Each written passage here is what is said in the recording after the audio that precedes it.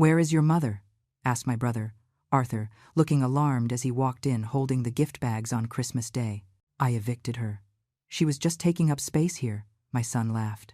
My daughter-in-law was sitting on the sofa like she owned the place. My brother, a serious man and a federal judge, picked up the phone and made a quick call. Moments later, their lives were transformed into absolute chaos. But let me tell you how we got here, because this story didn't start on that Christmas night.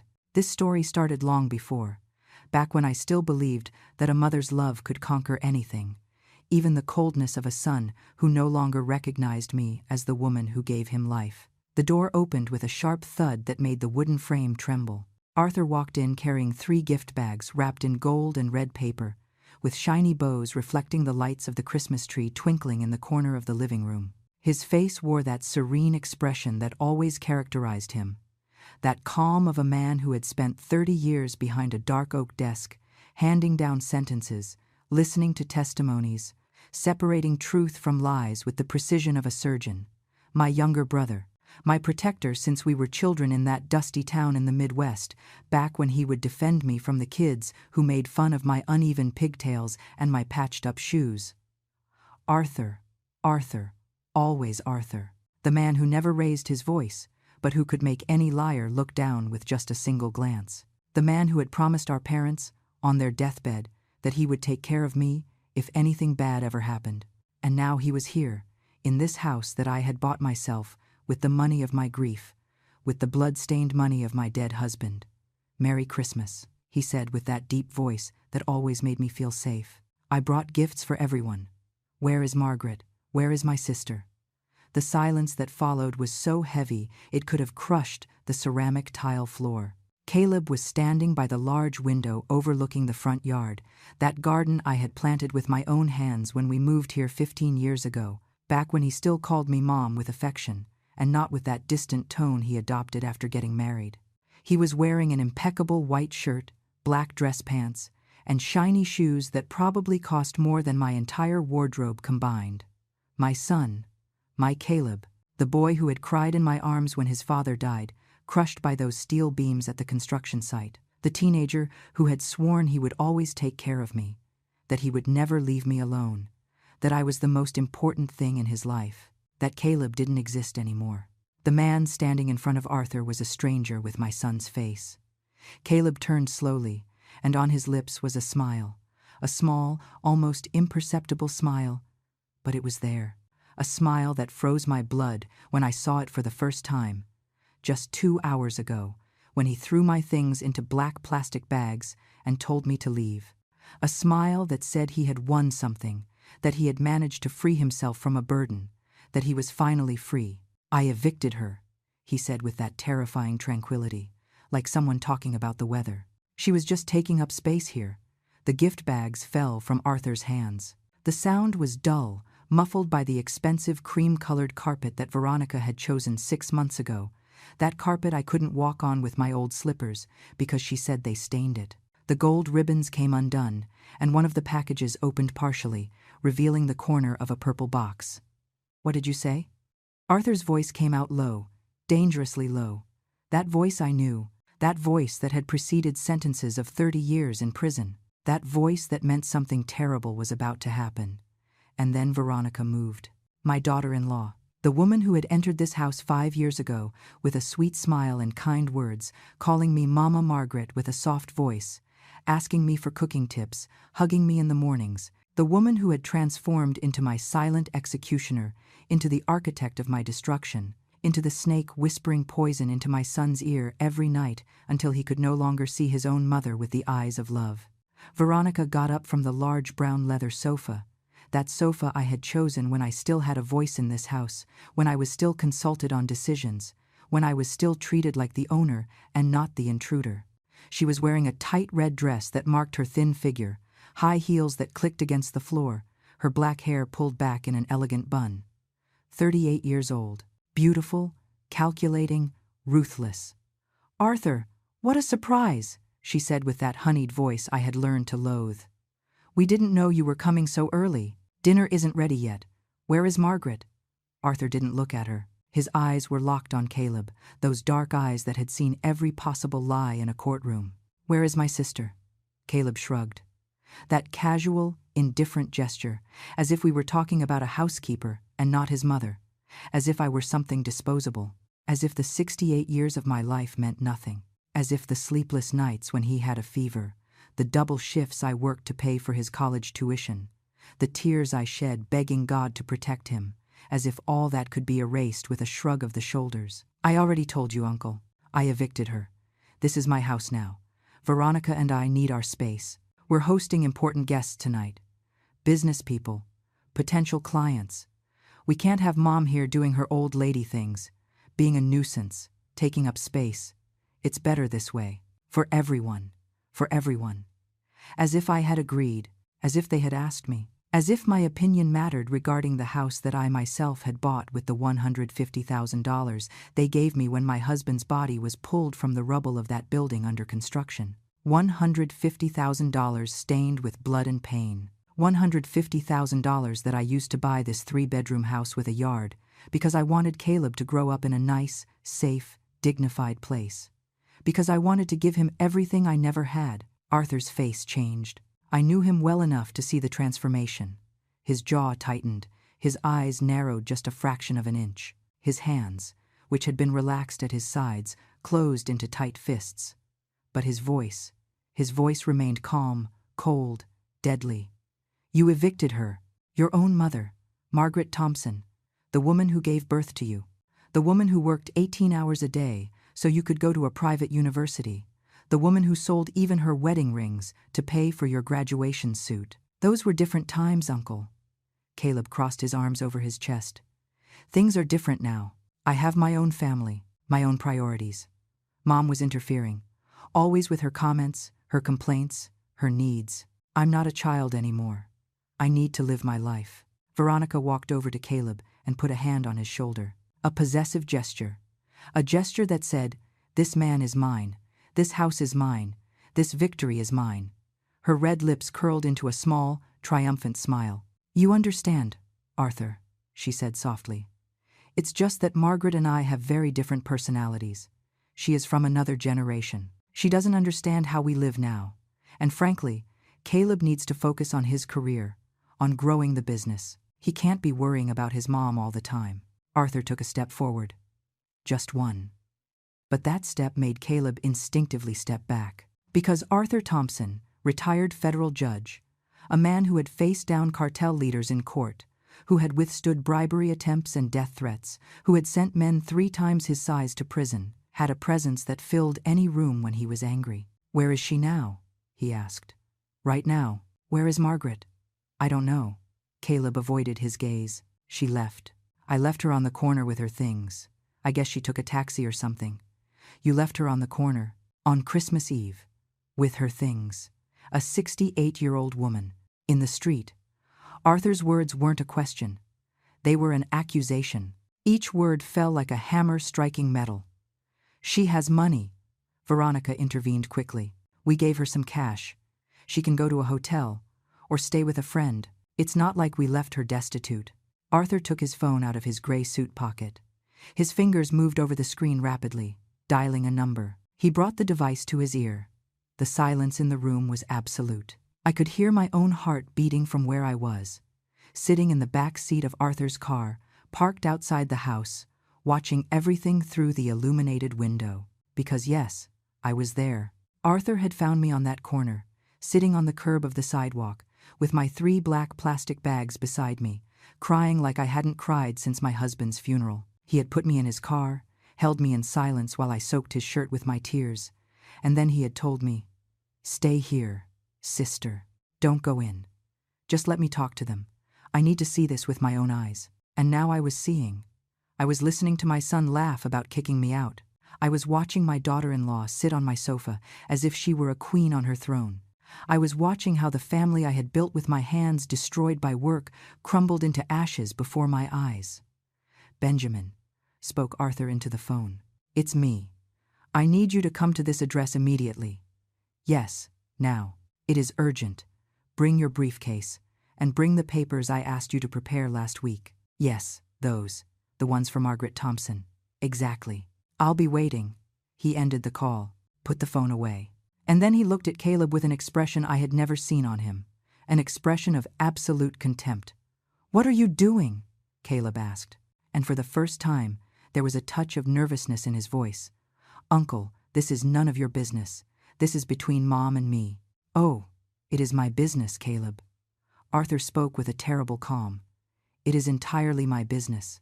Because when you illegally evict a person from their own property, when you commit financial abuse against an elderly person, when you violate the civil rights of a 68-year-old woman, it becomes my business. And more importantly, it becomes a federal matter." "What are you talking about?" Caleb's voice went up an octave. "Her property? This is my house. I bought it. I pay the bills. I did the renovations. Mom only lived here because I allowed it. Out of charity. Out of charity." That word came out of my son's mouth as if it were the most natural thing in the world. As if the 15 years I had lived under this roof, cooking, cleaning, taking care of him when he came home tired from work, ironing his shirts at 6 in the morning so he would look impeccable for his meetings, as if all that had been a favor he was doing me, as if I were a beggar grateful for the crumbs of his generosity. Arthur reached into the inside pocket of his jacket. He pulled out a small black leather notebook and a silver pen. He opened the notebook to a blank page and began to write. His movements were slow, deliberate, almost ceremonial. Every stroke of the pen on the paper sounded like a verdict being written. "I need you to tell me something, Caleb," he said without looking up from the notebook. "This house. The one at 345 Oak Avenue, the 3-bedroom house, 2 bathrooms, 2-car garage, front and backyard. When exactly did you buy it?" Caleb looked at Veronica. She returned the look, and I could see something pass between them. A silent communication, a moment of doubt. The first indication that perhaps, just perhaps, they hadn't thought through all the details of their perfect plan to get rid of me. 15 years ago, Caleb said finally. When I graduated and got my first job at the architecture firm, Mom and I bought it together. Well, technically I bought it. She contributed some money, but the loan was in my name. "Some money," repeated Arthur, writing. "How much exactly was that? Some money." "I don't remember exactly." Caleb shifted uncomfortably. "It was like $20,000 or $30,000, I think. A contribution. But I paid the rest. I signed the mortgage loan. I've been paying the monthly payments all these years. 20 or 30,000. Arthur nodded slowly, as if he were weighing this information with great care. "Interesting. And do you have any document to back up this version of events? Any contract? Any receipt? Any proof of bank transfer from your account to Margaret's for that purchase money?" The silence that followed was deafening. Caleb opened his mouth, closed it, opened it again. His eyes sought Veronica again, but she was looking away, studying her perfectly manicured red nails as if they were suddenly the most fascinating thing in the world. "I don't need documents, Uncle." Caleb tried to sound firm, but his voice trembled slightly. This was 15 years ago. It was a family agreement. Between Mom and me, there was no need for formal papers. Besides, she lived here rent-free for all this time, without paying rent, without paying utilities, without contributing anything. I would say that more than paid back any contribution she might have made. Arthur stopped writing. He looked up. His eyes met Caleb's and held the gaze until my son had to look away toward the ceramic floor. "Lived rent-free," said Arthur quietly. "Your mother lived rent-free. The woman who prepared your meals, who washed your clothes, who cleaned your house, who took care of you when you were sick, who welcomed your clients when they came for meetings here, who maintained the garden, who organized your social events. That is living for free, in your definition." "Those are things any mother does," interrupted Veronica. Her voice had lost its honeyed softness and now sounded sharp, defensive. "It's not like we paid her to be a housewife. Living here was her choice. No one forced her." Arthur ignored her completely. He didn't even turn his head in her direction. He kept looking at Caleb with that intensity that made people in courtrooms confess things they had sworn to keep secret. "Caleb, I am going to ask you something, and I want you to think very carefully before answering, because your answer is going to determine many things that are going to happen in the next few minutes. The deed to this house, the legal document that certifies ownership, is it in your name only, or is it in your mother's name too?" "Only in my name," Caleb answered quickly. Too quickly. Like I told you, I signed the loan. I am the legal owner. Mom only contributed some money as initial help, but the property was always mine." Arthur nodded. He took out his phone again, tapped the screen a few times, swiped his finger, zoomed in on something. Then, he turned the phone toward Caleb, showing him the screen. "Then you can explain to me what this is." Caleb leaned in, squinting to see the screen. I couldn't see what Arthur was showing from where I was, sitting in the car with my hands clenched in my lap, feeling my breathing accelerate. But I could see Caleb's face. I could see his expression of confidence crumble slowly, like a building whose foundations have just given way. "That is," his voice faded. "It is the deed to this property," Arthur completed, "downloaded directly from the public records of the county recorder's office 2 hours ago, when Margaret called me crying from the corner of your street. The deed showing that this house, 345 Oak Avenue, was purchased on the 15th of August 2010 by Mrs. Margaret Thompson, widow of Thompson, for the total amount of $150,000, paid in cash, no mortgage loan, no financing, cash money coming from the accidental death indemnity at work of your father, Robert Thompson, who passed away on the 3rd of March 2010, when a steel beam came loose at the site where he worked as a supervisor." The color had vanished from Caleb's face. His lips moved, but no sound came out.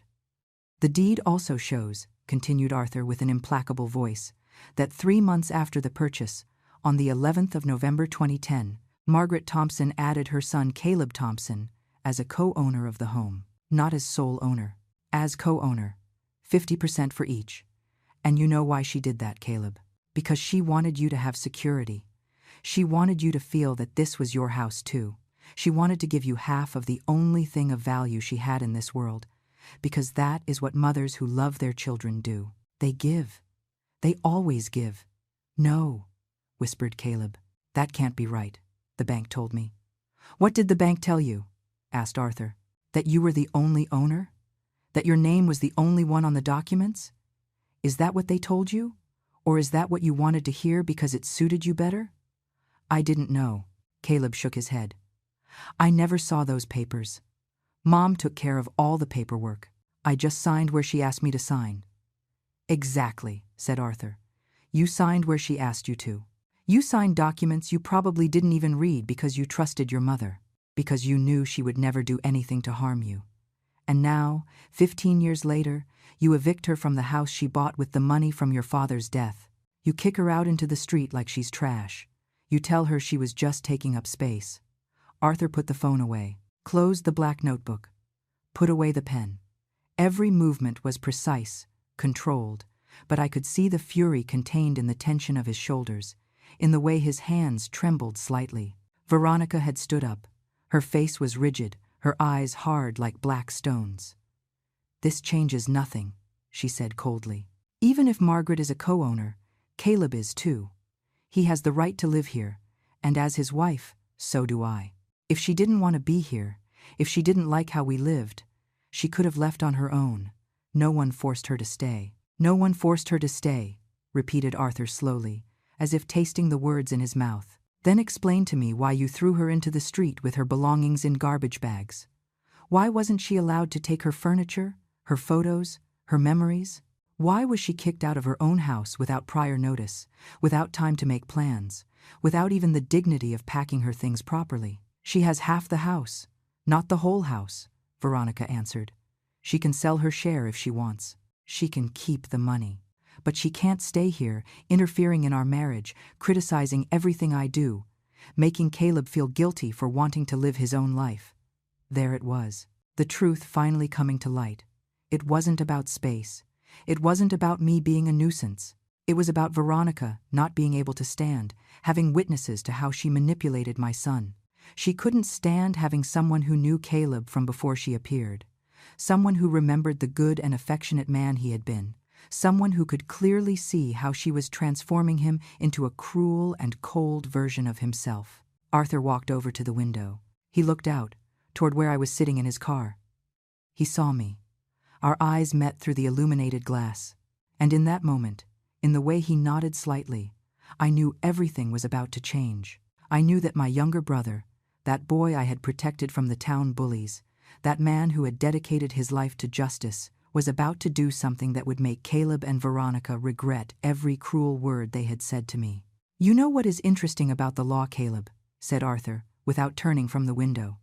"It is that it is designed to protect the vulnerable, the elderly, those who cannot defend themselves. And there are very specific laws about financial abuse against the elderly, about illegal eviction, about misappropriation of assets. And the penalties for violating those laws are quite severe." "This is ridiculous!" Caleb exploded. "You can't come here and threaten me.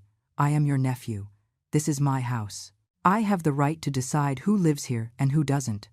"Your house," said Arthur, turning slowly. 50% your house.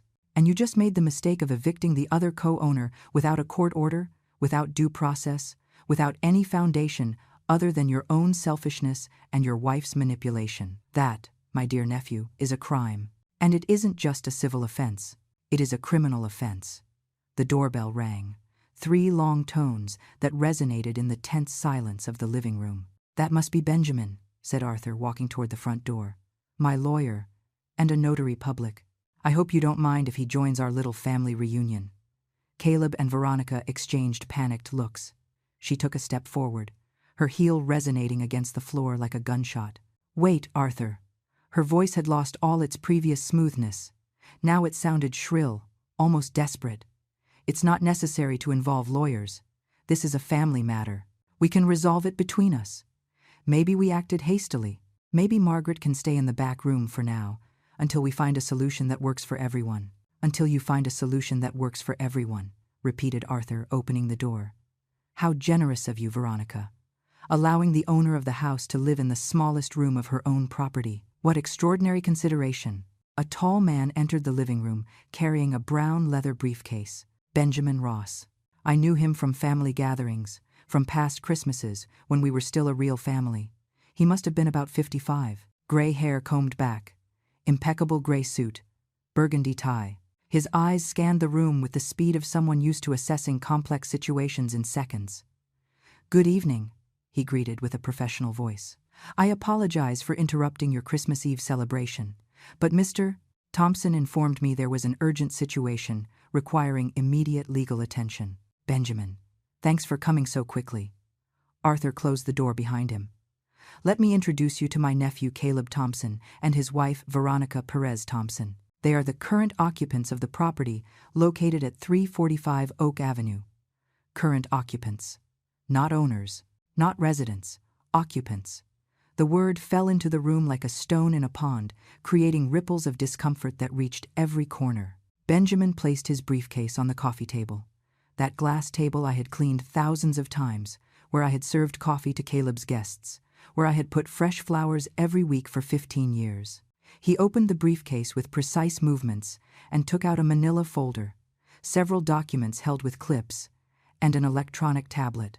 "Mr. Thompson, Mrs. Perez Thompson." Benjamin began with a formal tone.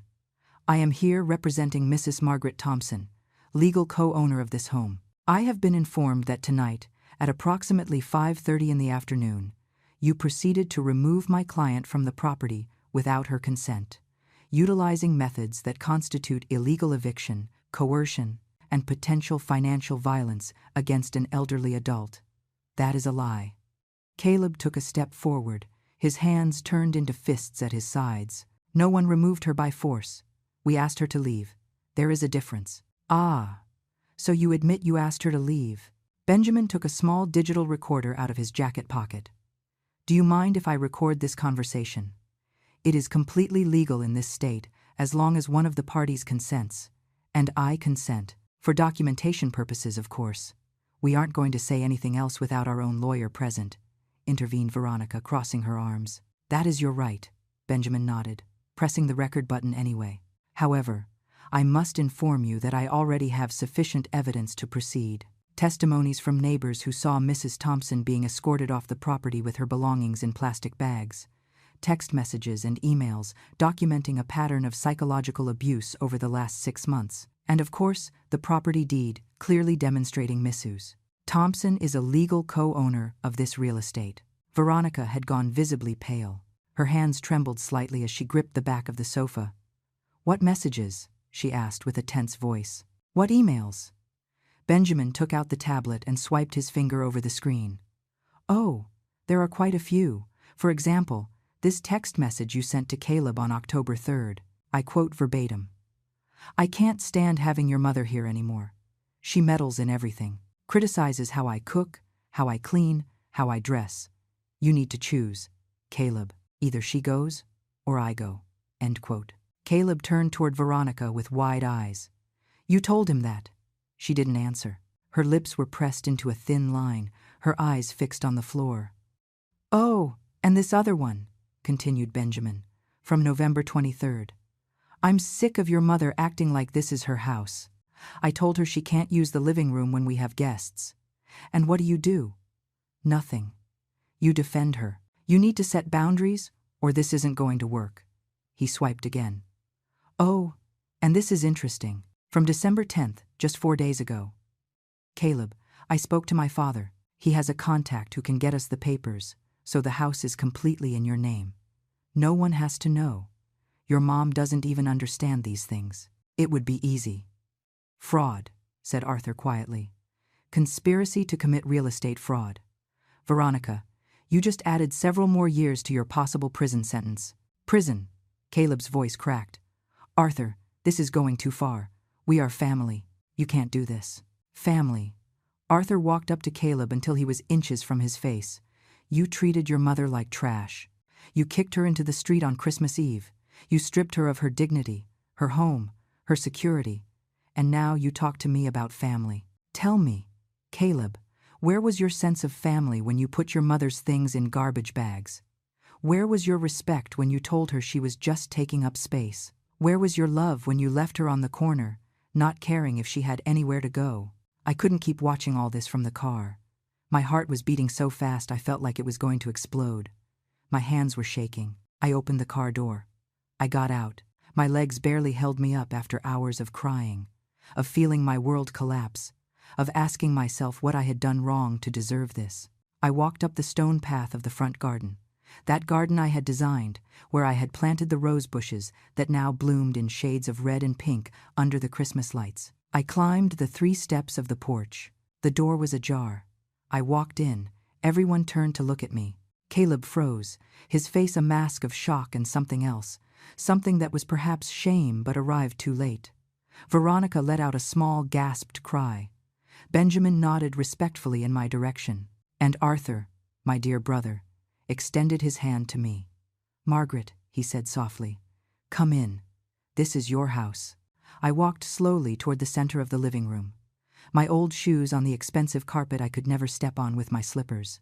My simple dress, wrinkled after hours of sitting, so different from Veronica's tight red dress. My gray hair messy, while hers remained perfectly pulled back in that elegant bun. But I had something she would never have. I had the dignity of knowing that I had never caused harm on purpose, that I had never manipulated, that I had never destroyed a family out of ambition. Hi, Mom, whispered Caleb. His voice sounded like that of a scared little boy. And for a moment, just for a moment, my mother's heart wanted to soften, wanted to forgive, wanted to reach out and tell him everything would be okay, that we could fix this, that I still loved him despite everything. Because that is what mothers do. They forgive the unforgivable. They love the unlovable. They sacrifice themselves over and over until there is nothing left of them. But then I remembered Arthur's words just an hour ago when he picked me up from that cold corner. Sister, he had told me while I cried on his shoulder, there comes a moment in life when forgiving becomes enabling. And enabling abuse is not love. It is self-destruction. You taught Caleb to be good, but he chose to be this. And choices have consequences. So instead of hugging him, instead of consoling him, instead of doing what I had done for 68 years of my life, yielding and sacrificing and disappearing to make others happy, I did something different, something I had never done before. I raised my head. I straightened my back. I looked my son directly in the eyes. And I said with a firm voice, a voice I didn't recognize as mine because I had never had to use it. I am not your mom right now, Caleb. Right now I am Margaret Thompson, legal co-owner of this property. And I am here to inform you that I want you and your wife to vacate my house within 72 hours. The silence that followed was absolute. I could hear the ticking of the kitchen wall clock, the distant hum of the refrigerator, the sound of my own breath entering and leaving my lungs. "Mom." "No." Caleb shook his head. "You can't do this. You can't kick us out. Where are we going to go? This is our house too." "It was our house," I corrected. "It was our house when we respected each other, when we shared the space with consideration, when I was treated like a human being and not like an old piece of furniture that gets in the way. But you decided that I had no place here, that I was just taking up space, that it would be better if I disappeared. Well, here I am. And now you are the ones who are going to have to find another place to live." "You can't be serious." Veronica's voice had risen almost to a shriek. "This house is worth over $300,000 now. We have invested in it. The bathroom renovations cost $25,000. The new kitchen, $32,000. The air conditioning system, $15,000. That is our money, our work." "And who authorized those renovations?" asked Benjamin, consulting his documents. "Who signed the contracts? Who approved the expenses? Because if improvements were made to a shared property without the written consent of all co-owners, that is another legal violation." Veronica opened her mouth, but no sound came out. Her eyes darted frantically between Caleb and Benjamin, looking for an exit that didn't exist. "The renovations were my idea," said Caleb quickly. "I planned them. I hired the workers." Mom agreed. "Agreed," I repeated, feeling the rage beginning to boil in my chest. "You asked me, Caleb. You asked me if I wanted them to rip out the tiles your father and I had chosen together for the bathroom. You asked me if I wanted them to change the kitchen where I prepared thousands of meals for you. You asked me if I agreed to destroy every memory of your father that existed in this house." "They were old things," he muttered without looking at me. "They needed updating. They were my memories." My voice cracked, but I forced myself to continue. "They were the last pieces of your father I had left. The tiles he installed with his own hands one Saturday in July, sweating under the sun because he wanted our bathroom to be perfect. The kitchen cabinet he built in his workshop because we couldn't afford a new one. The dining room lamp he gave me for our 10th anniversary. All that was replaced, thrown away, destroyed as if it meant nothing." Arthur put a hand on my shoulder, a silent gesture of support, of strength. I breathed deeply, swallowing the tears that threatened to overflow. "Mrs. Thompson," said Benjamin with a soft but professional voice, "I need you to confirm a few things for the legal record. Is it true that you purchased this property on the 15th of August 2010, with the money from the indemnity for the death of your husband, Robert Thompson?" "Yes," I answered. $150,000. Every penny they gave me for my husband's life. I used it to buy this house because I wanted Caleb to have a home. I wanted him to have security. I wanted him never to go through what I went through as a child, living from house to house, without a place to call mine. And is it true that 3 months later you added your son as a co-owner with a 50% share?" "Yes," I answered, feeling the weight of that decision now. I did it because I loved him, because I thought it was the right thing to do, because a mother wants to give everything to her children, even when that everything is the only thing she has. "And at any point during these 15 years, did you sign documents surrendering your share of the property completely to your son?" "No," I said firmly. "I never signed anything like that. I never gave up my share. I never renounced my right to this house." Caleb shifted uncomfortably. "Mom, the lawyer who came like 6 months ago, the one who brought those papers to update the house documentation. You signed, remember? You said it was just routine paperwork." I felt like I had been punched in the stomach. I remembered that day. A man in a black suit had come. Veronica was present, smiling, being unusually nice to me. Caleb had told me they needed to update some documents for tax purposes. There were papers, lots of papers. I had signed where they indicated because I trusted my son, because I never thought he would be capable of deceiving me. "What papers were those, Caleb?" asked Arthur with a dangerously calm voice. "They were." Caleb swallowed hard. "They were to simplify ownership. The lawyer said it was better for the house to be in one person's name for legal and inheritance purposes. He said Mom could live here for the rest of her life anyway, but legally it would be simpler if I was the sole registered owner." "Fraud," said Benjamin without raising his voice. obtaining a signature by deceit, asset stripping, breach of trust. Mr. Thompson, you just confessed to several serious crimes in front of a notary public and on an audio recording. I didn't know. Caleb's voice sounded desperate now. Veronica said it was the right thing. Her father knows lawyers. He helped us organize everything. He said it was for our own good, for Mom's good too, so she wouldn't have to worry about taxes or legal papers. And you believed her, I said, feeling my heart break into 1,000 pieces again. You believed her. A woman you met 5 years ago, and you didn't ask me. Your mother. The woman who gave you life. You didn't consider that maybe I deserved to know what I was signing. That maybe I had the right to consult my own lawyer before putting my name on documents I didn't understand. Caleb slumped onto the sofa, his head in his hands. Veronica remained standing, stiff as a statue, her face a mask of barely contained fury. Those documents, said Benjamin, have no legal validity. They were obtained through deceit. Any judge will annul them as soon as I present them. Mrs. Thompson remains the legal co-owner of this house with a 50% share. And, as a co-owner, she has every right to request the eviction of the other occupants if there is evidence of abuse, fraud, or behavior that puts her well-being at risk. Then we are going to sell the house, said Veronica suddenly, her voice cold and calculating again. If Margaret has 50%, we can sell the property and split the money. She takes her share, we take ours, and we all move on with our lives. Arthur laughed. It was a short laugh, humorless. That is your solution, Veronica. Force a 68-year-old woman to sell her house, the only place she has in the world, so you and Caleb can keep $150,000 and go live your perfect life. What else do you want? Exploded Veronica finally. What do you want us to do? Kneel and beg for forgiveness? Live the rest of our lives being punished for a mistake? We get it. We messed up. But you can't ruin our lives over this. A mistake, I repeated slowly. You call this a mistake, as if you had spilled coffee on a shirt, as if you had forgotten an appointment. You stripped me of my home. You humiliated me. You treated me like I was nothing.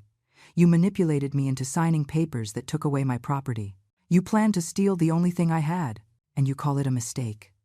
I wasn't the one who treated you badly, defended Veronica. I was just trying to protect my marriage, to build my own family. It's not my fault you couldn't accept that Caleb had a new life. Couldn't accept, I said, feeling something breaking inside me. Couldn't accept that my son got married. Couldn't accept that he had his own life. That is what you think. Then let me tell you something. Veronica, when Caleb introduced me to you 5 years ago, I welcomed you with open arms. I called you daughter. I taught you Caleb's favorite recipes. I helped you plan your wedding. I spent my savings to pay for the honeymoon you couldn't afford because you had just bought the new car.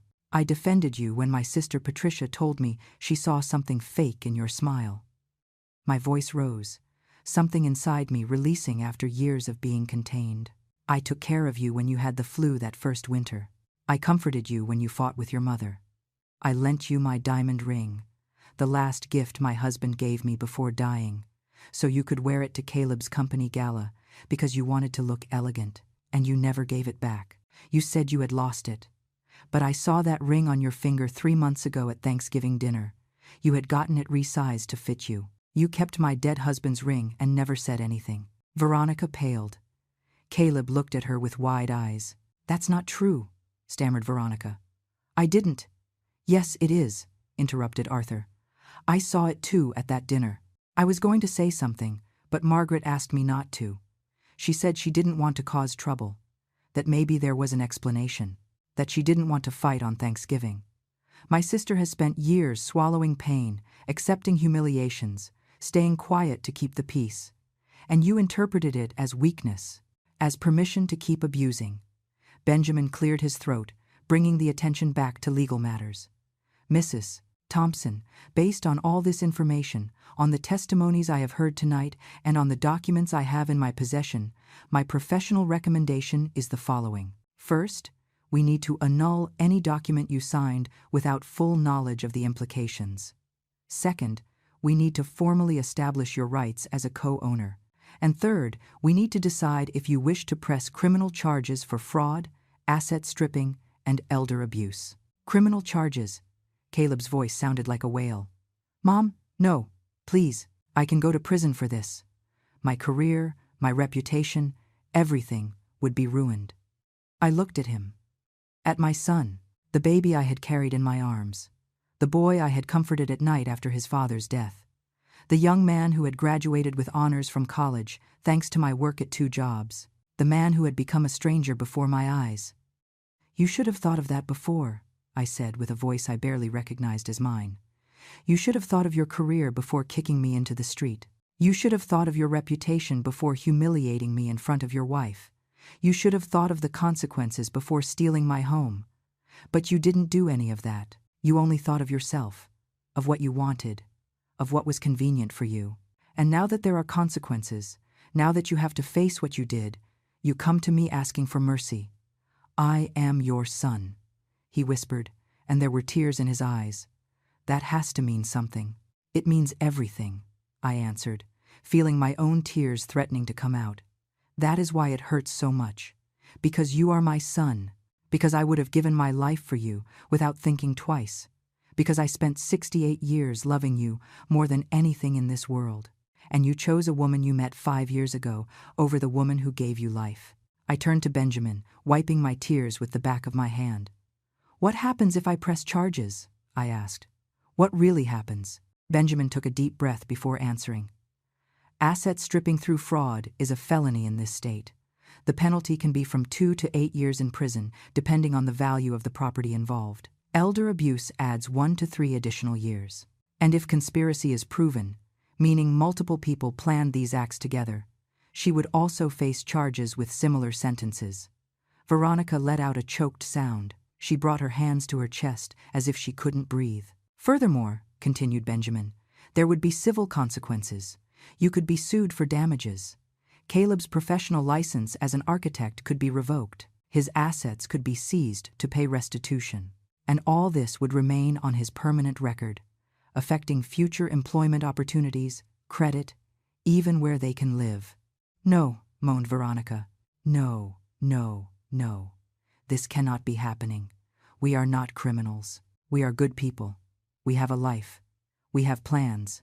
We are going to have children soon. You can't destroy us like this. Good plans, I said bitterly. Plans that included getting rid of me first? Tell me, Veronica, where was I going to be in those family plans of yours?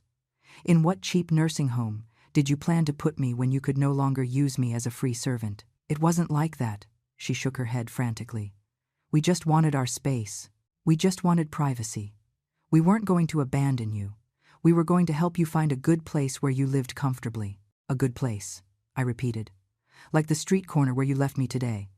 That kind of good place. Arthur approached me and took my hands in his. His eyes sought mine with protective intensity. Sister, he said in a low but firm voice, I know this is difficult. I know he is your son. But you need to understand something. If you let them get away with it now, if there are no real consequences, this will only get worse. People like them don't learn from words. They learn from actions, from real loss, from real pain. And what happens to me? I asked. What kind of mother am I if I send my own son to prison? You are a mother who finally put herself first, answered Arthur. You are a woman who decided her dignity is worth more than other people's comfort. You are a human being who said enough. I looked at Caleb. He was sitting on the sofa with his head still in his hands, his shoulders shaking. Veronica was standing behind him, her red nails digging into the back of the sofa, her face a mixture of terror and rage. And in that moment, something inside me changed, something fundamental and deep. My whole life had been defined by being a mother, by giving, by sacrificing, by putting myself last. I had believed that was love, that it was the right thing, that my value as a person depended on how much I could endure for the good of others. But looking at my son now, seeing how he only cared about saving his own skin, seeing how there wasn't a single word of genuine regret, only fear of the consequences, I understood something I should have understood years ago. True love does not destroy. True love does not annul. True love does not turn a person into a ghost in their own life. I am not going to press criminal charges, I said finally. The words came out before I could think about them too much. Caleb lifted his head, his eyes shining with hope, but I raised my hand before he could speak. Not yet. There are conditions. I turned to Benjamin. What options do I have that don't involve criminal charges, but protect my rights? Benjamin nodded, as if he had expected this question. Several options. First, we can annul the fraudulent documents and formally reinstate your 50% ownership. Second, as a co-owner, you can request a court order for eviction based on the documented abusive conduct. Third, you can sue civilly for damages without pressing criminal charges. And fourth, you can force the sale of the property and keep your proportional share of the current value. How much is the house worth now? I asked. With the renovations and the real estate market increase, calculated Benjamin, consulting his tablet, probably between $320,000 and $350,000. Does that mean my share would be between $160,000 and $175,000? Correct. But the house cost me $150,000 15 years ago. They invested in renovations, without my permission. Why should I give them half of the increased value when it was my money that bought the property in the first place? That is a valid legal point, agreed Benjamin. We could argue before a judge that the base value of $150,000 should go entirely to you as the original investment, and that only the additional value should be split.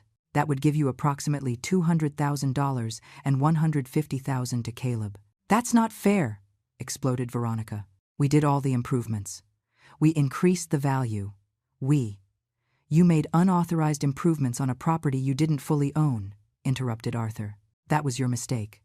In illegal or unauthorized construction on shared property, the benefit generally goes to the owner who did not authorize the improvements. So actually, Margaret would be being generous by leaving you anything. I felt a strange sensation of power.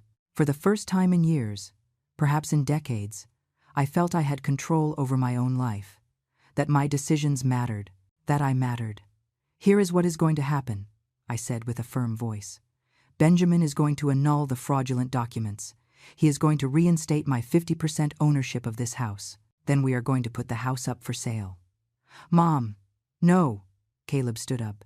This is our home. Where are we going to live? You should have thought of that before, I responded without hesitation. When you kicked me out, where did you think I was going to live? When you left me in the street, you didn't care about my home. Now it is your turn to feel what that feels like. The house is being sold, I continued, ignoring his protests. The money is divided, as Benjamin suggested. I keep $200,000. You two get $150,000. With that, you can buy a smaller apartment, rent, whatever. It's not my problem. And if we refuse to sell? Asked Veronica with clenched teeth. Then I press criminal charges, I said, looking her directly in the eyes. And you both go to prison, and the house will be sold anyway to pay restitution and legal costs. And you won't see a cent. You choose. The silence that followed was long and heavy. I could hear the clock ticking, the wind outside moving the branches of the Christmas tree I had decorated myself that morning, before everything collapsed. Veronica's agitated breathing, the sound of Caleb trying to hold back tears. There is something else, said Benjamin. Mrs. Thompson, you mentioned a ring. Your late husband's diamond ring that Mrs. Perez Thompson currently has in her possession. Veronica instinctively covered her left hand with her right, hiding the ring. That ring, continued Benjamin, was given to Mrs. Perez Thompson on loan, not as a gift. Retaining it constitutes misappropriation of another's property. The sentimental value, although difficult to quantify in legal terms, is significant. I recommend it be returned immediately. No, Veronica stepped back. This ring is mine. Margaret gave it to me. I lent it to you, I corrected, for a specific occasion, and you never gave it back. It was years ago, she argued. If you really wanted it back, you would have said something sooner. I did, I replied, feeling the rage bubbling up. I asked you 3 times. 3 times I asked you for my ring, and every time you told me you were still looking for it, that you were sure it would turn up, that it was probably in some moving box. You lied, for years, and now you wear it as if it were yours. Veronica, take off the ring, said Caleb with a tired voice. Please, enough. No, She clenched her fist tight. I am not giving her anything. She is taking everything from us. Our house, our future, our dignity. I am not giving her this too. Arthur stepped forward, his face serious as granite. Veronica Perez Thompson, that ring is the documented property of my sister. It was purchased by her late husband, Robert Thompson, on the 12th of June, 1983. I have the original receipt. I have photographs of Margaret wearing that ring for 30 years. And I have witnesses who heard when she lent it to you 3 years ago for the company gala. If you don't return it right now, I will add theft to the list of potential charges. Veronica's hands trembled. Her eyes darted frantically among everyone present, looking for an exit, an ally, anything that could save her. But Caleb had looked away. Benjamin watched her with a neutral but implacable expression. Arthur looked at her with the weight of 30 years of judicial experience. And I looked at her with the pain of 3 years of accumulated lies. Slowly, with rigid movements, she took off the ring. The half-carat diamond captured the light of the lamps, shining with the same fire it had when Robert put it on my finger 42 years ago, on our 5th anniversary, after saving for months from his salary as a construction worker. She threw it on the coffee table. The ring bounced once on the glass with a sharp clink before coming to rest. Take it, she spat with venom in her voice. Take your precious ring. Take your house. Take everything. I hope it makes you happy living alone in your victory while your son hates you for the rest of your life. I approached the table. I picked up the ring. The metal was still warm from the heat of her skin. I held it in my palm, feeling the familiar weight, remembering Robert's smile when he gave it to me, remembering how he had told me that diamond was small but real, like our love, like our life together. I put the ring on my finger. It fit perfectly, as it always had. I don't need this ring to make me happy, I said, looking at Veronica. It already makes me happy, because it reminds me of a man who loved me truly, who respected me, who never made me feel like I was less than him.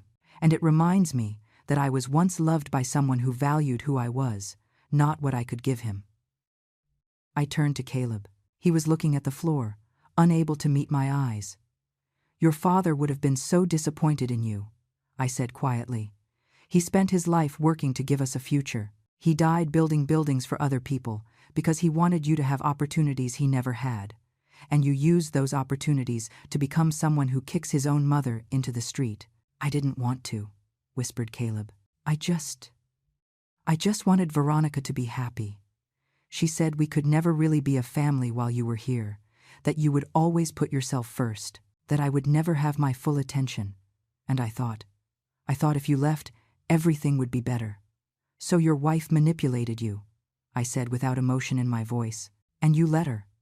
Because it was easier to cut me out of your life than to set boundaries with her. Because it was more comfortable to sacrifice me than to risk your marriage. Because in the end, I had always been there, always forgiven, always come back. And you thought this time wouldn't be different. Caleb finally looked up. His eyes were red, swollen. I wondered if it was genuine guilt or just fear of the consequences. I'm sorry, he said. Mom, I'm so sorry. I don't know what I was thinking. You can stay. Please, stay in the house. We'll make it work. Veronica and I can change. We can be better. I looked at my son. I saw the 5-year-old boy crying in my arms after nightmares. I saw the teenager bringing me flowers when I found out I lost my job at the factory. I saw the young man promising at his father's funeral that he would always take care of me. All those Calebs had existed once, but the man in front of me now was different. He was a stranger who only said, I'm sorry, because he was scared, not because he truly understood the harm he had caused. No, Caleb, I said, feeling a strange peace settling over me. I am not going to stay. I am not going to live in this house again. Because every time I walked through that door, I would remember how you threw me out of it. Every time I sat in that living room, I would remember how your wife forbade me to be there. Every time I cooked in that kitchen, I would remember all the times you criticized my food. This house is no longer my home. It stopped being so long before today. Benjamin cleared his throat. Mrs. Thompson, if you are determined to sell, I need you to sign some documents tonight to initiate the process. I also need Caleb and Veronica to sign accepting the terms. If they refuse, we will proceed with the judicial route. They are going to sign, I said with certainty, because the alternative is much worse for them. Caleb looked at Veronica. She had her face petrified in an expression of pure hate, but she nodded slightly. She knew when she had lost. "We will sign," said Caleb with a dead voice. "We'll do whatever you ask." Benjamin took several documents out of his briefcase. He spread them out on the coffee table, next to the Christmas gifts Arthur had brought, and that lay forgotten on the floor. He began to explain each document with a professional voice, pointing to lines, explaining legal terms. Asterisk. This document voids any transfer of property signed under false pretenses. This reinstates the 50-50 co-ownership. This authorizes the sale of the property. This establishes the division of proceeds. And this is a non-aggression agreement stating that no party will file additional charges as long as the terms are met. Asterisk. Caleb signed first. His hand shook so much he could barely hold the pen straight. His signature, usually clear and architectural, came out as deformed scrawls. Veronica signed next, pressing the pen so hard against the paper she almost tore it. Every stroke was violent, full of contained rage. Then it was my turn.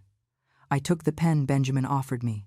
My hand was steady, steadier than it had been in years. I signed my name clearly. Margaret Thompson. Not widow of Thompson. Just Margaret Thompson. A woman. A human being. A person with rights and dignity. Arthur signed as a witness. Benjamin as a notary. "That's it," said Benjamin, gathering the documents. "From this moment, the property will be on the market.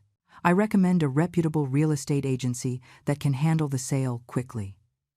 With the current market, I would estimate between 4 and 6 weeks to find a serious buyer." 4 to 6 weeks, repeated Veronica bitterly. "Where are we supposed to live afterwards?" "You have $150,000 coming," answered Arthur. "Use it wisely. Find a place you can afford. Learn to live within your means. Learn, for the first time, what it is to build something from scratch without using other people." "And in the meantime," asked Caleb, "during these 4 to 6 weeks, can you stay here?" I said, surprising everyone, including myself. "But there are rules. Arthur and Benjamin are going to document the current state of the house with photographs and video. Any damage, anything missing, any attempt at sabotage, and I press charges immediately. Do you understand?" Caleb nodded quickly. Veronica clenched her jaw, but said nothing. "And I continued, "am not going to step foot in this house again. Not until it is sold and I have to pick up the few things of mine that really matter. My clothes, my photos, my personal documents, I want them packed and delivered to Arthur's house tomorrow before noon." "Who is going to pack?" asked Veronica with a defiant tone. "You are," I answered. "You are going to pack every single one of my belongings carefully. You are going to treat them with respect, and you are going to deliver them complete and undamaged. Because Arthur is going to be present supervising, and he has a detailed list of everything that belongs to me." Arthur took out his phone. "During the last 2 hours, while Margaret was in my car, I took photographs of her entire room, of her closet, of her drawers, of every personal object she has in this house. I have complete photographic documentation. So yes, I will know if something is missing." Veronica seemed to want to say something else, but Caleb put a hand on her arm, stopping her. "Just do it," he murmured. "We already lost. Just let's finish this." Benjamin put the documents back in his briefcase. "Mrs. Thompson, Mr. Thompson, this concludes the initial legal process. You will receive certified copies of all documents within 48 hours. The real estate agency will contact you within a week. And remember, the non-aggression agreement is conditional. Any violation of the terms voids it automatically." "Understood," said Caleb with a dull voice. I turned toward the door. Arthur picked up the gift bags he had brought, those bags that had fallen to the floor what seemed like years ago, but had actually been less than 2 hours. "Wait." Caleb's voice stopped me. "Mom, wait, please." I stopped, but I didn't turn around. "I know I have no right to ask you for anything," Caleb continued. "I know I ruined everything, but you need to know that I loved you, that I still love you, that I never wanted things to get to this point." I turned slowly. I looked him in the eyes, those eyes that had been identical to his father's. "Love isn't what you feel, Caleb. I said with a tired voice. Love is what you do, and what you did was betray me in the worst way possible. So don't talk to me about love. You have no idea what that word means. I walked out of the house. Arthur closed the door behind us. The cold air of Christmas night hit my face. I could hear carols playing from the neighbor's house. Colored lights twinkled in every yard on the street. Families gathered, happy, celebrating.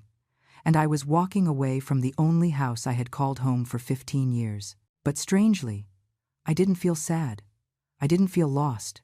I felt light. As if I had dropped a huge weight I had been carrying for so long, I didn't even remember what it felt like to walk without it. Arthur opened his car door. He helped me in gently. Benjamin put his briefcase in his own vehicle and said goodbye with a respectful nod before driving off. "How do you feel?" asked Arthur as he started the engine. "I don't know," I answered honestly. "I should feel destroyed. I just lost my son. I just lost my house. I just lost everything I built over 15 years. Arthur drove in silence for a moment before answering. "You didn't lose anything, sister. They took it from you. There is a difference. And now you are recovering what is yours, your dignity, your worth, your life." We arrived at his house 30 minutes later. A smaller house than mine, but cozy, full of books and mementos from his career as a judge. He had never married. He always said his work was his wife. But I knew part of the reason was that he had dedicated so much time taking care of me, supporting me after Robert's death, helping me with Caleb when he was a child, that he had simply never found the right time. "The guest room is ready," he said, opening the door. "I cleaned and put on fresh sheets this morning. When you called me, you can stay here as long as you need. Months, years, whatever. Thank you," I whispered, feeling the tears finally threatening to overflow. "Don't thank me," he said firmly. "This is what real family does. They take care of each other. They protect. They don't destroy." That night, I slept in Arthur's guest room. Or rather, I tried to sleep. I lay awake looking at the unfamiliar ceiling, listening to the strange sounds of a house that wasn't mine, feeling the void where my son's love should be. But I also felt something else, something new, something it took me hours to identify. It was freedom. The following days passed in a strange haze. Caleb called, many times. He left voicemails crying, begging, promising to change. Veronica also called, although her messages were different, more calculating, talking about agreements, negotiations, ways we could resolve this without lawyers or forced sales. I didn't answer any calls. Arthur supervised the delivery of my belongings. They arrived in carefully packed boxes, every object wrapped in paper, every garment folded correctly. Caleb had followed the instructions to the letter, probably fearing any mistake would result in criminal charges. I opened the boxes slowly. My old clothes, my family photos, the albums from when Caleb was a child, the letters Robert had written to me while we were dating, my mother's rosary, the shawl knitted by my grandmother, pieces of a life I had thought was complete, but now saw was built on fragile foundations. A week after Christmas, the real estate agency contacted all parties. The house was officially on the market. The suggested listing price was $335,000.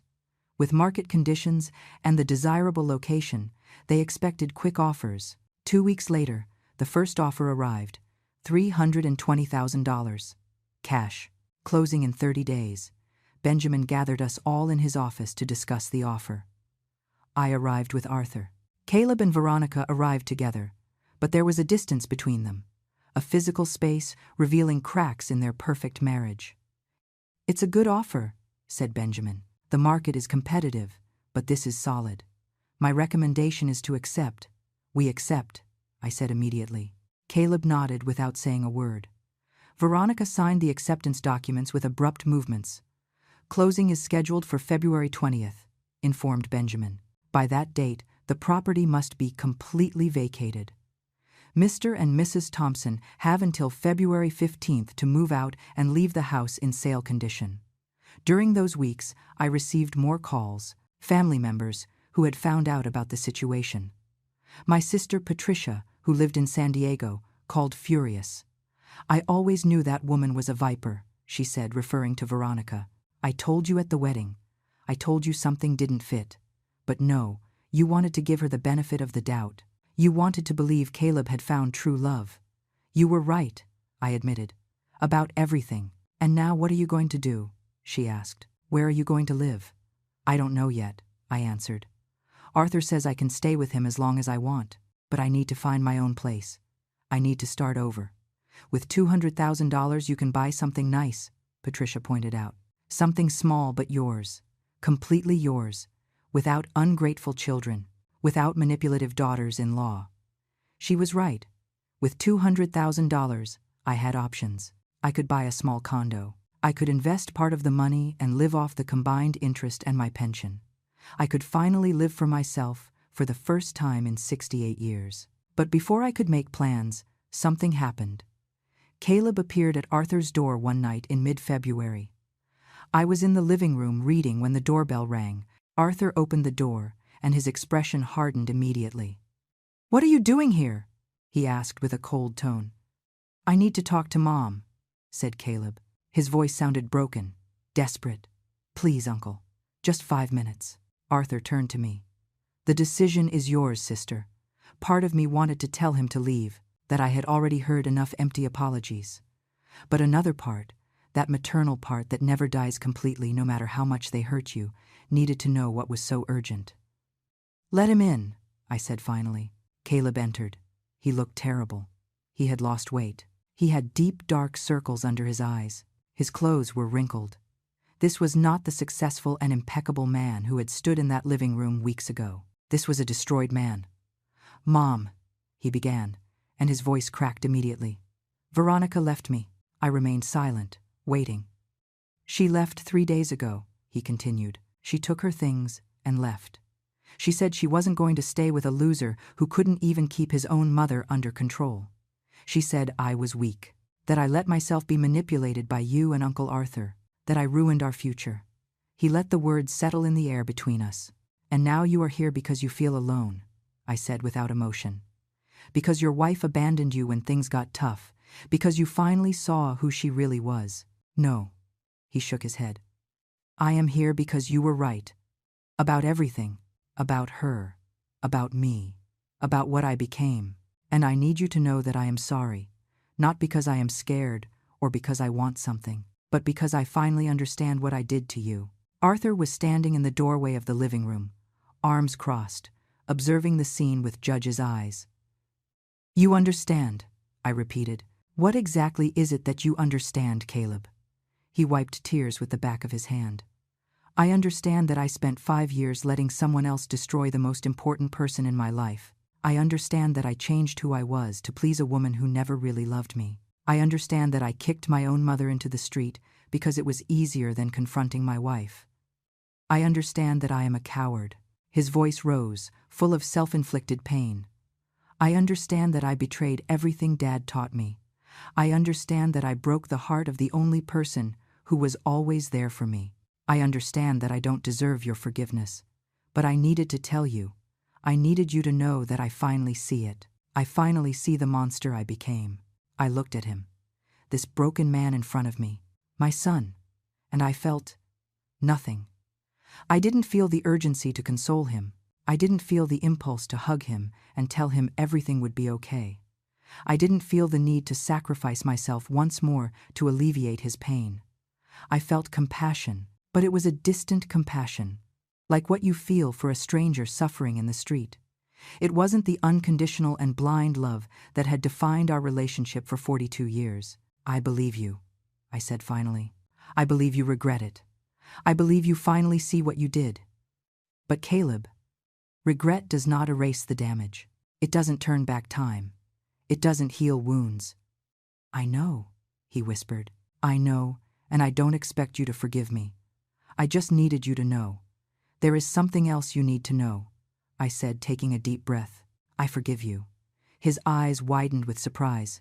"I forgive you," I repeated. "Because if I don't, this poison will stay inside me forever. Because forgiveness isn't for you. It is for me, for my own peace. But forgiveness doesn't mean forgetting. Forgiveness doesn't mean we go back to what we were. Forgiveness doesn't mean I allow you to hurt me again." "I understand," he said with a broken voice. "I'm not sure you do," I continued. All your life, I was there every time you needed me. Every fall, every pain, every problem, I appeared.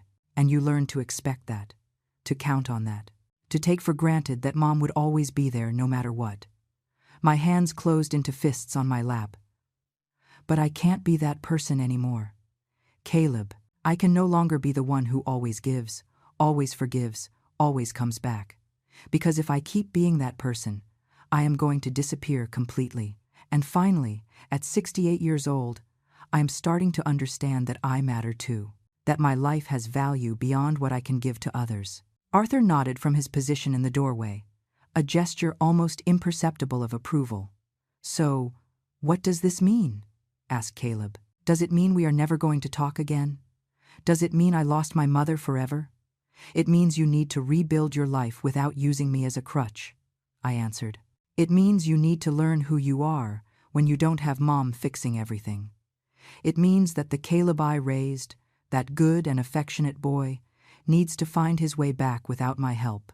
And if I find him, he asked, with a voice barely audible, if I become the man I should have been, will there be room for me in your life then? I looked at my son. I saw the genuine pain in his eyes.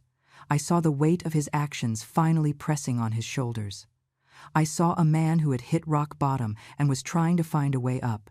I don't know, I said honestly. Ask me in a year. Ask me when you have demonstrated with actions, not with words, that you really changed. Ask me when you have made peace with who you were and who you want to be. Ask me when you can stand in front of me without carrying guilt or expectations. Caleb nodded slowly. He stood up. He wiped his tears. I'm going to do it, he said.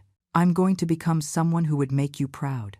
Even if you never know, even if you never speak to me again, I'm going to do it because I need to, because Dad deserves it, because you deserve it. He headed toward the door. He stopped before leaving. I love you, Mom. I have always loved you. And I am so sorry I waited until I lost you to realize how much. I love you too, I answered. And that is precisely why this hurts so much. Because love without respect is just pain disguised as devotion. Caleb left. The door closed behind him. And for the first time since Christmas, I cried. Not for what I had lost, but for what could have been if my son had chosen differently. Arthur sat next to me. He said nothing. He just put his arm around my shoulders and let me cry. February 20th arrived. The day of the sale closing. We all gathered at the notary's office. Caleb arrived alone. He looked a little better than last time, as if he had been sleeping more, eating properly. We greeted each other with a polite nod. Nothing more. The papers were signed. The bank accounts transferred. The house I had bought with my husband's blood, where I had raised my son, where I had loved and lost again, officially changed hands. The notary handed out the checks, $200,000 for me, $120,000 for Caleb, after the legal and sale costs he had agreed to cover were deducted. Caleb looked at his check with a blank expression. Veronica had left with $50,000 of their joint savings. He had $120,000, less than his father had originally invested 15 years ago. The irony did not go unnoticed. What are you going to do now? Benjamin asked Caleb as he put away the final documents. I'm going to move into a smaller apartment, Caleb answered. I'm going to focus on my work. I'm going to rebuild. Alone. And you, Margaret? Asked Benjamin, turning to me. Have you thought about what you will do with your new beginning? I smiled, a small but genuine smile. I've been looking at condos. There is one near the park where Robert and I used to walk on Sundays. It has 2 bedrooms, a balcony overlooking the trees, good natural light. It costs $140,000. Sounds perfect, commented Arthur. It is, I nodded. And with the $60,000 I have left over, I can invest, have a safety net. For the first time in my life, I am going to have financial stability that depends on no one but me. We said goodbye outside the notary's office. Caleb stood by his car, looking at me as if he wanted to say something else. But he didn't. He just raised his hand in a gesture of farewell. I returned the gesture, and then Arthur and I left. 3 weeks later, I moved into my new condo. It was smaller than the house, of course, but it was mine. Completely mine. The walls were painted a soft cream color I chose. The furniture was a mix of new pieces I bought and some old things I had saved from my previous life. The photos on the walls were of Robert, of my parents, of Arthur, of Caleb as a child. But there were no recent photos of Caleb. Not yet. Patricia came to visit me from San Diego. She stayed a week, helping me decorate, cooking together, laughing about old memories. "You look different," she told me one night while we drank tea on my new balcony. "I can't explain it exactly, but you look more you." "I feel more me," I admitted. "I feel like I had been wearing a costume for years and finally took it off." "It's because you stopped living for others," she said wisely. "You stopped measuring your worth by how much you could give. You started understanding that your existence has value in itself." She was right. For 68 years, I had defined my value by my utility. I was valuable because I was a mother, because I was a wife, because I cared, cooked, cleaned, gave. But now, sitting on my own balcony, in my own space, with my own future, I understood I had been valuable the whole time, not for what I did, but for who I was. Months passed. I established a routine. I joined a book club at the local library. I started taking painting classes on Tuesday afternoons. I made friends, women my age who were also navigating life after losses, divorces, betrayals. We shared stories. We laughed. We supported each other. Arthur came for dinner every Sunday. Sometimes he brought old movies we watched together. Sometimes we just talked, remembering our childhood, sharing thoughts on life. In June, 6 months after that terrible Christmas, I received a letter. It was from Caleb, handwritten on quality paper. "Dear Mom," it began. "I am not writing to ask for forgiveness again. I am not writing to explain or justify. I am writing because I wanted you to know that I am working on myself. I started therapy. I am facing the things I avoided for years. I am learning about boundaries, about manipulation, about how I lost my way." The letter continued for 3 pages. It spoke of his therapy sessions, of how he was starting to understand the patterns of his relationship with Veronica, of how he had allowed his need for approval to turn him into someone he himself didn't recognize, of how he was learning to be alone, to be self-sufficient, not to seek external validation. "I don't expect a reply," ended the letter. "I just needed you to know that the work is being done, that your son is trying to find his way back to the person Dad would have wanted him to be. I love you. I will always love you. And someday, I hope to be able to demonstrate it to you in ways that really matter." I folded the letter carefully. I put it in a drawer in my desk. I didn't answer. I wasn't ready yet. But I kept it, and that was something. A full year passed since that Christmas. December arrived again, bringing cold air and bright lights and carols in every store. But this year was different. This year, I had my own tree in my own living room. This year, Arthur and Patricia were coming to my house for Christmas dinner. This year, I was the hostess of my own celebration. On Christmas Eve morning, while I was preparing the turkey and setting the table, the doorbell rang. I wasn't expecting anyone until the afternoon. I opened the door and found Caleb. But it wasn't the Caleb I had seen in February at the notary's office. This man looked healthy. His eyes were clear. His posture was different, straighter, but somehow more humble at the same time. He was carrying a small box in his hands. "Hi, Mom," he said with a soft voice. "I know I didn't ask permission to come, and if you want me to leave, I will leave immediately. But I wanted to bring you this." He extended the box. I took it with trembling hands. I opened it. Inside was a photo frame. But it wasn't just any photo. It was a photograph of Robert and me the day we bought the house. I didn't know this photo existed. We were standing in front of the front yard, Robert with his arm around my shoulders, both smiling with that pure happiness that only comes when you achieve something you thought you could never have. "I found it when I was packing my things from the house," explained Caleb. "It was in a box in the attic. Dad must have taken it with the camera timer. And when I saw it, I knew I had to give it to you, because that house was always yours. It was always the dream you built together, and I had no right to take it from you." Tears began to run down my cheeks. I touched the glass of the frame, tracing the outline of Robert's face. "Thank you," I whispered. "There is something else," said Caleb. something I need to tell you. I have been in therapy for 11 months, and my therapist helped me understand something important. For years, after Dad died, I turned you into my everything. You were my mother, my father, my support, my whole world. And when Veronica arrived, she saw that. She saw how much power she had over me, and she felt threatened. He paused, organizing his thoughts. She manipulated me, yes, but I allowed it because deep down, part of me felt I needed to choose, that I couldn't have both things, my mother's love and my wife's love, and I chose wrong. I chose the person who made me feel necessary in ways that inflated my ego, instead of the person who loved me unconditionally without asking for anything in return. He took a deep breath. Now I understand it was never a choice between you two. It was a choice between being manipulated or setting healthy boundaries. It was a choice between losing myself or maintaining my integrity, and I failed. I failed spectacularly. But I am learning, I am growing, and I wanted you to know that I am not looking to go back to being your son like before. I am looking to build something new, something healthier, something where we both have space to be ourselves. I looked at him truly for the first time in a year. I saw sincerity in his eyes. I saw maturity that hadn't been there before. I saw a man who had done the hard work of looking in the mirror and not looking away from what he saw. "Come in," I said finally. "There is fresh coffee." His face lit up with cautious hope. "Really, really. But Caleb, you need to understand something.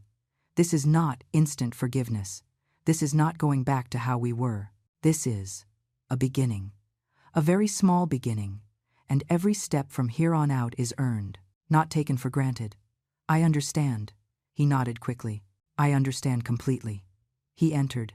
He sat at my small kitchen table. I poured coffee. We sat in silence for a moment, the weight of a year of separation between us. "Tell me," I said finally. "Tell me about your life now. About who you are when you don't have Veronica telling you who to be, or me covering your back." And he spoke. He told me about his small but tidy apartment, about how he had learned to cook his own meals, about how he had rebuilt his architecture business from scratch after several clients abandoned him when his reputation suffered from the divorce, about the friendships he had let wither during his marriage and was now trying to repair, about the nights he spent alone, facing who he was without distractions. "And most importantly," he continued, "I learned to be okay with myself, to not need constant validation, to not look for someone to complete me because I finally understood I needed to be complete by myself first." I smiled slightly. "Your father would have been proud to hear that." Caleb's eyes filled with tears. "I hope so. I hope that from wherever he is, he can see that I am trying, that I didn't give up, that his son is finding his way back." We spent 2 hours talking. It was awkward at times. There were long silences. There were moments where old wounds threatened to open again. But there were also moments of genuine connection, moments where I saw flashes of the boy I had raised, moments where I felt that maybe, just maybe, something could be rebuilt from the ashes. "I need to go," he said finally, looking at his watch.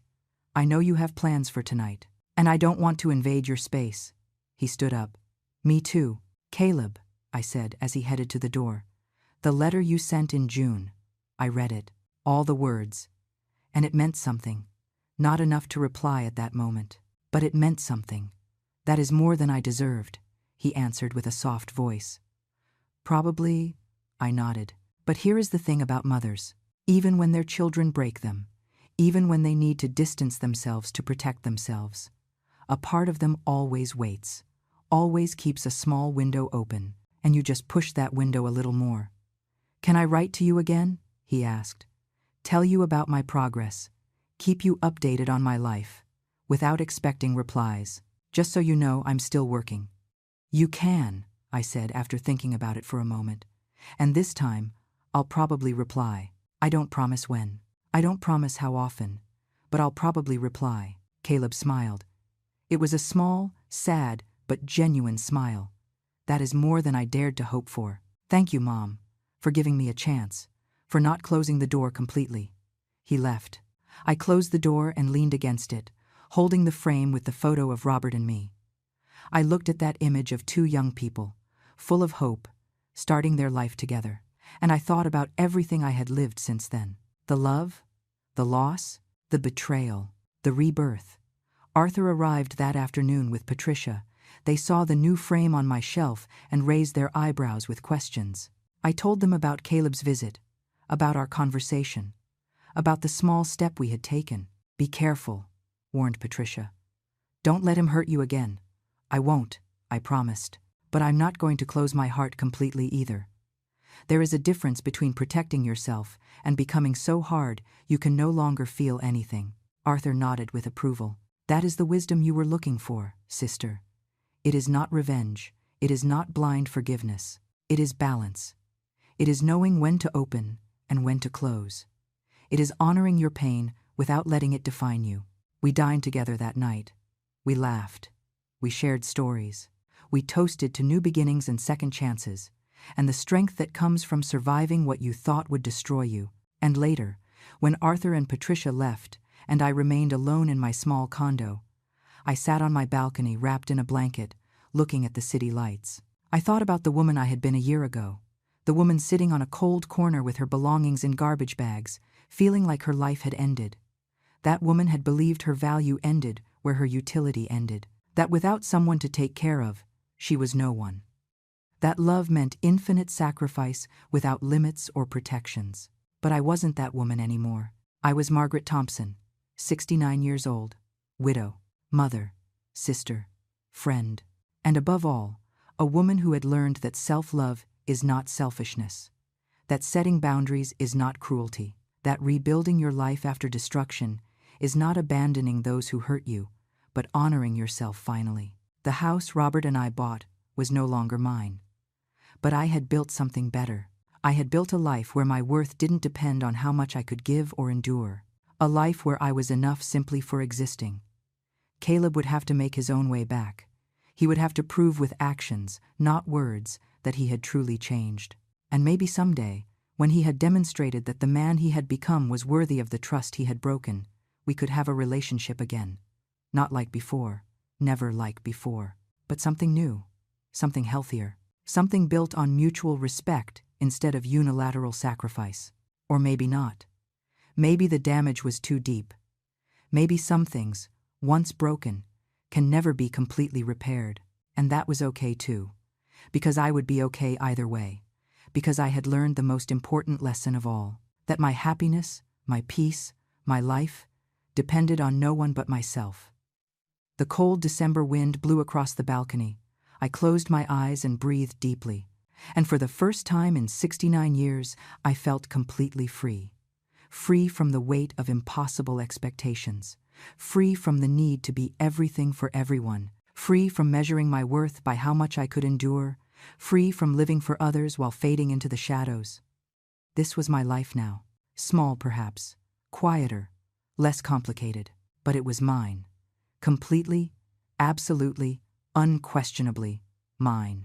And in the end, after everything I had lost, everything I had suffered, everything I had survived, that was exactly what I needed. Not revenge, not victory, just peace, just dignity, just the quiet certainty that I would never again allow anyone, not even my own son, to make me feel like I was less than enough. Because I was. I always had been.